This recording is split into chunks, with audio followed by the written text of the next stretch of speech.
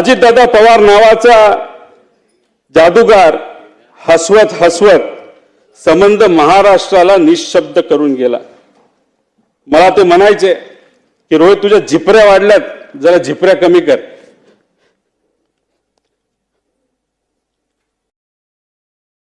त्या दिवशी एक आदरांजली म्हणून तिथं मी माझे केस कापले। ते मला म्हणायचे तू जरा शारीरिक वजन वाढले, तू जरा शारीरिक वजन कमी कर पण राजकीय वजन वाढव।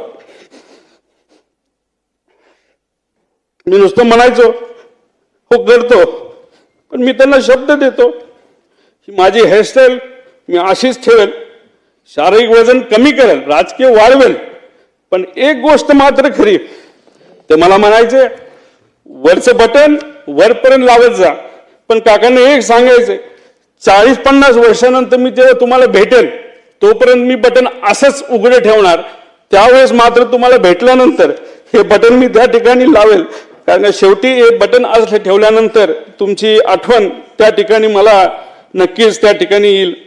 पण एक गोष्ट अजून आहे, 40-50 वर्षांनी जेव्हा अजित काकांची माझी भेट होईल तेव्हा हा माझा लढा जो मी आता त्या ठिकाणी लढत आहे आणि अख्खा महाराष्ट्र त्या ठिकाणी लढत आहे, तेव्हा अजित काकांसमोर ताट मानेले मी तिथं उभा राहील आणि नक्कीच माझे काका माझ्या पाठीवर हात ठेवून म्हणतील लढलास बरं का। आणि या गोष्टी ऐकण्यासाठीच हा जो छोटासा लढा पण महत्वाचा लढा त्या ठिकाणी मी व सर्वांनी तिथं हातात घेतलाय तो पूर्ण केल्याशिवाय राहणार नाही।